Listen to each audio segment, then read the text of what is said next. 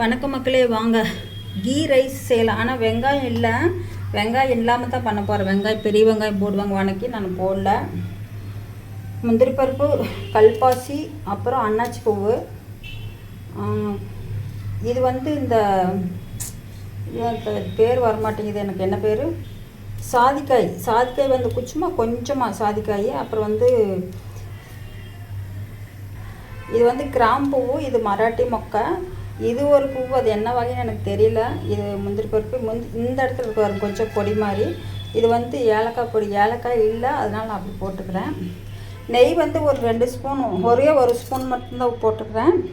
இந்த காஞ்சிருச்சு. கொஞ்சம் எண்ணெய், அவ்வளோதான் போட்டுக்கிறேன். பாருங்கள்,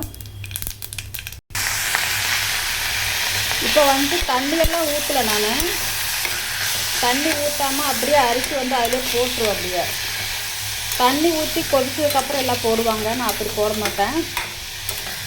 இதில் அந்த நெய்யிலே வந்து இது நல்லா இப்படி கொஞ்சம் தண்ணி சுண்ட வரைக்கும் இப்படி கலரி விட்டுக்கிட்டதுக்கு அதுக்கப்புறம் நீங்கள் தண்ணி ஊற்றி போட்டோன்னா டேஸ்ட் கொஞ்சம் கூட நல்லா டேஸ்ட்டாக இருக்கும்.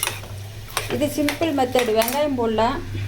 வெங்காயம் இல்லாமல், சில பேர் வெங்காயம் சாப்பிட மாட்டாங்களா, அதனால் வெங்காயம் இல்லாமல் செய்கிறேன் பாருங்கள். சில பேர் தேங்காய் பால் ஊற்றுவாங்க, அவங்க தக்காளி கூட போடுறாங்க கூட. அதெல்லாம் போட வேண்டாம். சும்மா சிம்பிளாக இதை செஞ்சுட்டு நீங்கள் குருமா, வெஜிடபிள்ஸ் குருமா அந்த மாதிரி செஞ்சுக்கிட்டிங்கன்னா செம்ம டேஸ்ட்டாக இருக்கும். அவ்வளோதான்.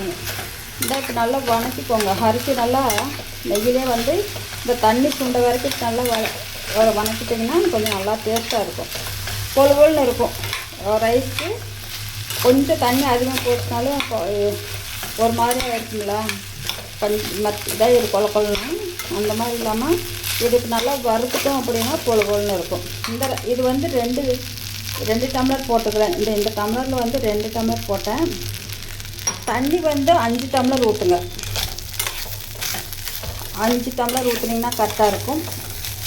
இல்லை இன்னும் கொஞ்சம் நமக்கு பஞ்சாட்டை வேணும் அப்படின்னா ஒரு 1/2 டம்ளர் எக்ஸ்ட்ரா ஊற்றுங்க.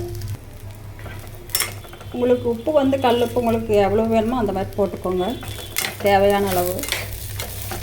அதையும் போட்டு இன்னும் பாருங்க, நான் தண்ணி ஊற்றலை. அரிசி இப்போ நல்லா தண்ணி சுண்டுற வரைக்கும் வறுத்துக்கோங்க. அப்போ தான் இதுக்கு நல்லாயிருக்கும்.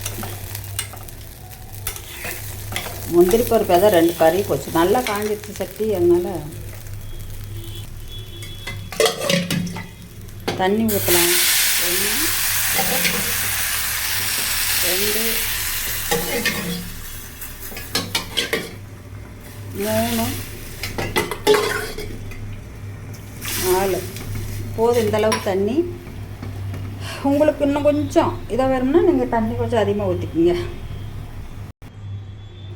குழந்தைகளுக்கு காலையில் ஸ்கூலுக்கு போகிறப்ப சீக்கிரம் செய்யணும் சமையல் அப்படின்னு நினச்சிக்கிட்டு இருக்கிறவங்க வந்து கொஞ்சம் வேலை ஈஸியாக இருக்கும். இட்லி, தோசை அதெல்லாம் வந்து நம்ம ஊற்றி சட்னி அரைச்சி அந்த மாதிரி பண்ணணும். இதை இப்படி தாளித்து விட்டுட்டு அடுத்த செகண்ட் 2 வெங்காயத்தை கட் பண்ணி தயிர் பச்சடி செஞ்சு கொடுத்து விட்டுலாம் நல்லாயிருக்கும்.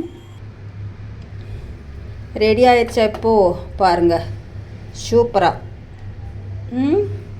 இதுக்கு தான் இந்த பொழு இருக்குது பார்த்தீங்களா, இதுக்கு தான் நான் உங்களை வந்து அரிசியை வறுக்க சொன்னேன். இப்படி இருக்கும், பஞ்சு மாதிரி இருக்கும்.